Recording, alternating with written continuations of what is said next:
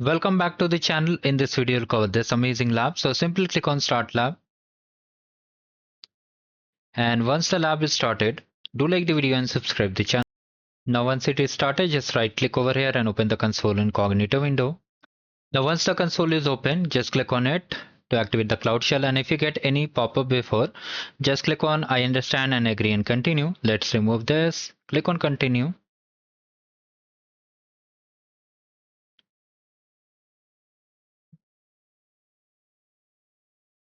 Now once the shell is ready, in the description box I've shared this GitHub repository. Just select it from here, paste and hit enter.